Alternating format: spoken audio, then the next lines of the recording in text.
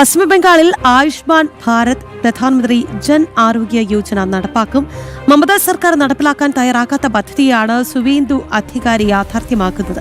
ഇത് സംബന്ധിച്ച് MOU ബംഗാളും കേന്ദ്രവും തമ്മിൽ ഒപ്പുവച്ചിട്ടുണ്ട്. വിവരങ്ങളുമായി ആദർശ് TS ചേരുകയാണ്. ആദർശ്, സുവേന്ദു അധികാരി സർക്കാർ ബംഗാളിൽ ഭരണം ഏറ്റെടുത്തതിന് പിന്നാലെ വലിയൊരു വികസന കുതിപ്പാണ് ബംഗാളിൽ ഉണ്ടാകുന്നത് എന്നുള്ളതാണ്.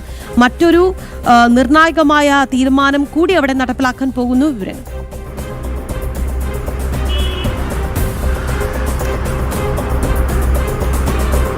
രാഖി, ആയുഷ്മാൻ ഭാരത് പദ്ധതി പശ്ചിമബംഗാളിൽ നടപ്പിലാക്കുന്നതിനുള്ള നടപടികളാണ് സ്വീകരിച്ചിരിക്കുന്നത്. ഇതുമായി ബന്ധപ്പെട്ട MOU കേന്ദ്രവും ബംഗാൾ സർക്കാരും തമ്മിൽ ഒപ്പുവെച്ചിരിക്കുന്നു.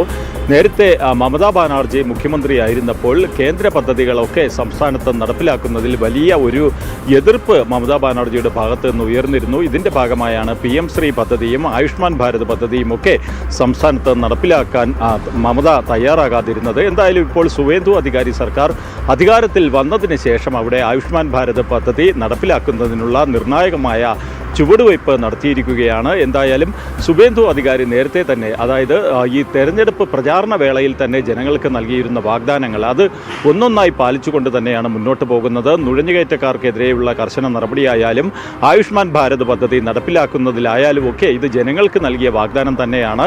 BJP എന്തൊക്കെ വാഗ്ദാനങ്ങളാണോ ജനങ്ങൾക്ക് നൽകിയത്, ആ വാഗ്ദാനങ്ങളൊക്കെ തന്നെ സുവേന്ദു അധികാരി മുഖ്യമന്ത്രി ആയതിനു ശേഷം ഒന്നൊന്നായി നടപ്പിലാക്കിക്കൊണ്ട് മുന്നോട്ട് പോവുകയാണ്.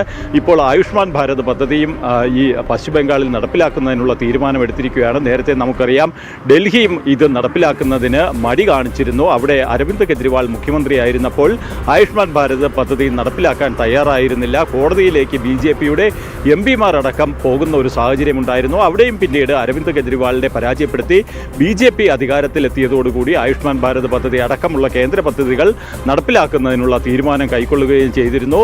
PM ശ്രീയുടെ കാര്യത്തിലും പശ്ചിമ ബംഗാളിന്റെ ഭാഗത്തു നിന്നും നടപ്പിലാക്കില്ല എന്നുള്ള ഒരു വലിയ വാശി തന്നെയാണ് മമത സ്വീകരിച്ചത്.